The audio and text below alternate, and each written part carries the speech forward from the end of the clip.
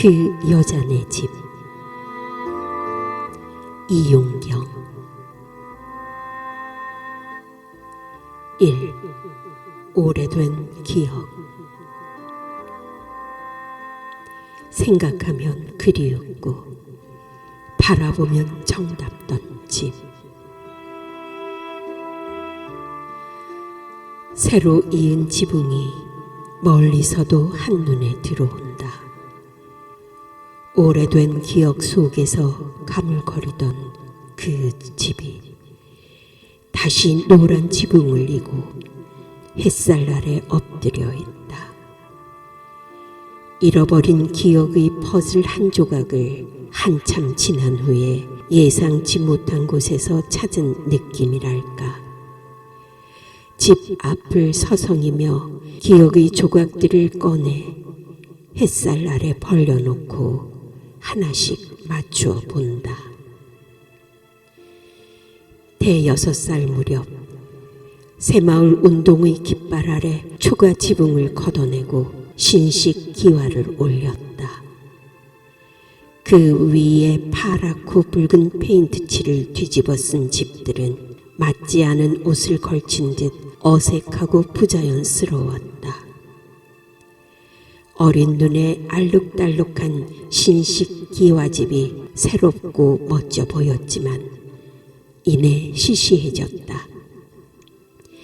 해마다 추수가 끝나면 새 짚을 엮어 올리고 겨울이면 눈이 쌓이고 그 눈이 녹아 고드름으로 매달리는 초가 지붕이 그리웠다. 익숙해질 틈을 주지 않고 빠르게 변해가는 세상. 새롭고 빠르고 편리한 것들이 지배하는 시간의 흐름은 사람들을 쉽게 지치고 피곤하게 한다. 건조하고 차가운 것들 속에서 사람들은 오래되고 낡았지만 따뜻하고 느긋한 쉼을 찾으려 애쓴다. 잃어버린 과거의 조각들을 찾아 다시 고치고 세우려 한다. 500년이 넘는 역사와 전통, 유교 문화를 비교적 잘 보존하고 있었던 고향 마을은 민속 마을로 지정되어 복원 사업이 한참 진행 중이다. 다시 초가로 복원된 고향집은 마을 어귀에서부터 한눈에 들어온다. 완만하고 느긋한 지붕의 곡선은 푸른 하늘과 뒷산의 소나무 숲을 배경 삼아 낮게 엎드려 있다. 그 부드러운 지붕의 곡선은 늘 내 앞에 등을 내밀고 앉으시던 아버지의 구부정한 등을 닮았다. 쉰에 얻은 막내딸을 매일 업고 다니셨던 아버지. 아버지의 등은 내게 집과 같은 의미였다. 가장 안전하고 가장 편안하고 가장 따뜻하게 쉴 수 있는 곳이었다. 살아오면서 누군가를 사랑하게 되면 그의 등에 업히고 싶었다. 누가 누군가를 업는다는 건 그 사람의 무게를 온전히 자신의 몸으로 두 팔로 감당해내는 일이다. 또 누가 누군가의 등에 업힌다는 건 그 사람에게 자신을 온전히 맡긴다는 것이다. 경계심도 의심도 한 점 없는 무한한 신뢰의 관계. 그런 관계가 형성될 때 지극하고 온전한 사랑이라 말할 수 있을 것이다. 아직도 내가 꿈꾸는 사랑은 그런 모습이다. 낮은 초가 지붕의 유연한 곡선처럼 부드럽고 아버지의 등에 업힌 것처럼 편하고 따스한 느낌. 오래된 기억이 다시 눈앞에 현재로 다가와 있다.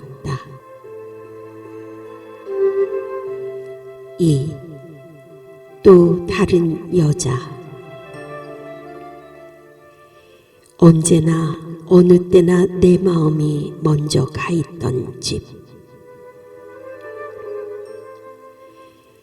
멀리서부터 걸어오는 모양새가 한눈에 봐도 그녀다. 무겁고 느린 걸음을 멈추고 가쁜 숨을 몰아쉬는 걸 보니 지난번 다녀갔을 때보다 더 나빠진 듯 싶다. 밤이면 잠을 못 이룰 만큼 통증에 시달리다가도 해가 뜨면 들로 나가는 걸 아무도 말릴 수가 없다. 80평생 그리 산 세월을 바꾸라고 할 수도 없는 노릇이다. 한 집에 사는 동안 그녀는 엄격하고 단호하고 차가웠다. 그것이 기울어진 그녀의 삶을 지탱해 나가는 방법이고 힘이었음을 이제야 알아차렸다. 따뜻하고 부드러운 아버지와 부딪히고 싸우던 그녀를 나는 이해하려 노력하지 않았고 아버지의 품에서 잠들고 아버지의 등에 엎여 자랐다. 내가 태어난 방에서 아버지는 눈을 감았다. 아버지의 흔적이 사라진 방에서 들일에 지쳐 골아 떨어진 그녀를 보는 일이 무섭도록 싫었다. 모두가 떠난 집을 홀로 지켜나가는 그녀는 여전히 억세고 강하게 삶의 무늬들을 찍어 나가고 있었다. 이제 남은 소망은 새로 고쳐 지은 옛집의 그 방에서 자는 듯이 꿈꾸는 듯이 떠나는 일이라고 말한다. 부록을 넘기고서야 그녀의 억센 앞모습 뒤에 여리고 아파서 자식들 앞에 숨겨두고 살았던 뒷모습을 보게 되었다. 살기 위해 버려야 했던 것들이 무수히 많았음을 알게 되었다. 내가 알고 나니 그제야 알고 나니 이제는 시간이 없다. 언제나 어느 때나 그 자리에 늘 서 있던 그녀가 이제 곧 떠나려 한다. 그 집에서.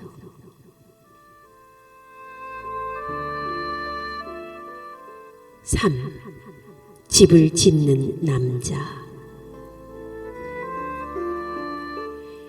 그 여자 아버지와 그 여자 큰오빠가 지붕에 올라가 하루 종일 노랗게 지붕을 이는 집.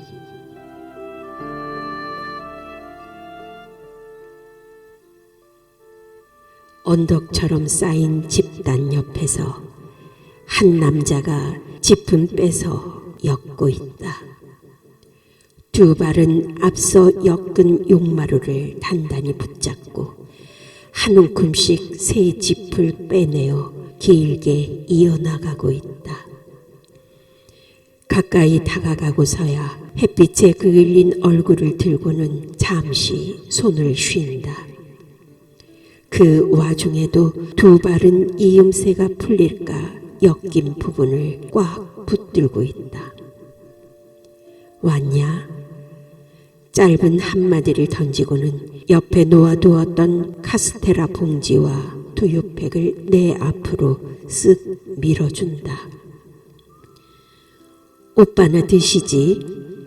나는 빵 싫어한다.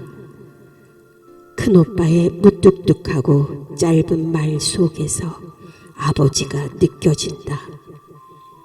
나이를 먹어도 내 아이들이 자라도 큰 오빠에게 나는 여전히 어린 막내 동생일 뿐이다.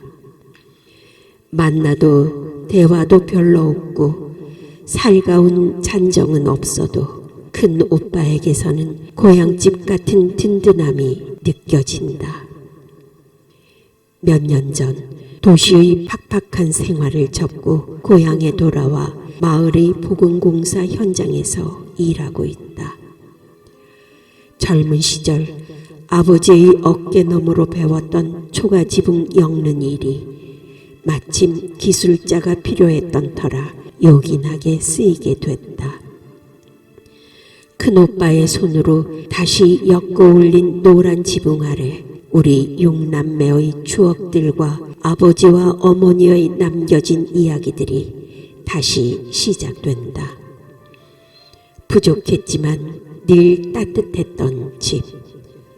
좁고 불편했지만 마음이 쉴 수 있었던 집.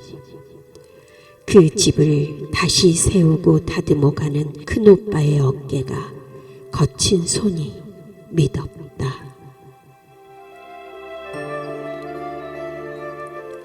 4. 그 여자의 풍경들. 내가 한방눈이 되어 내리고 싶은 집. 가만히 그 여자를 부르고 싶은 집. 누구에게나 고향이 있고 나고 자란 집이 있고 그 집에 담긴 이야기가 있어 늘 그리워하고 돌아가고 싶어 한다. 가장 특별한 곳, 가장 아름답게 기억되는 곳이 내 고향이고 내 집이다. 옛 모습 그대로는 아니지만 최대한 비슷해진 고향집 마당에 서서 집을 둘러싼 풍경과 그 풍경 속에 담긴 이야기를 되뇌어 본다. 김용택의 시 그 여자네 집. 다시 박완서가 만드기와 곱단이 이루지 못한 사랑 이야기로 엮은 소설 그 여자네 집. 시와 소설 속의 그 집이 꼭 내 집인 것 같은 상상을 했었다. 마당 가득 쏟아지는 별을 보고 꿈을 꾸던 소녀가 있었다. 높고 볕이 잘 드는 뜰락에 앉아 눈을 감고 베르테르와 히스클리프를, 개츠비와 콰지모도 같은 오직 한 사람만을 향한 사랑에 목숨을 거는 사랑을 꿈꾸었다. 그래서 나는 롯데가 되고 캐서린이 되고 데이지가 에스메랄다가 되었다. 이제는 그때의 나만 했던 딸을 키우며 꿈꾸는 일도 나를 들여다보는 일도 점점 무뎌져가는 나이가 되었다. 눈이 왔으면 좋겠다. 지붕 가득 하얀 눈이 쌓이고 그 눈이 녹아 떨어질 때 지붕에서 나는 촉촉한 집 냄새를 맡고 싶다. 녹아내린 물방울들이 흩어지지 않고 층층이 맺혀 고드름이 되어 보석처럼 반짝일 때, 그때 나는 다시 꿈을 꿀 수 있을 것 같다.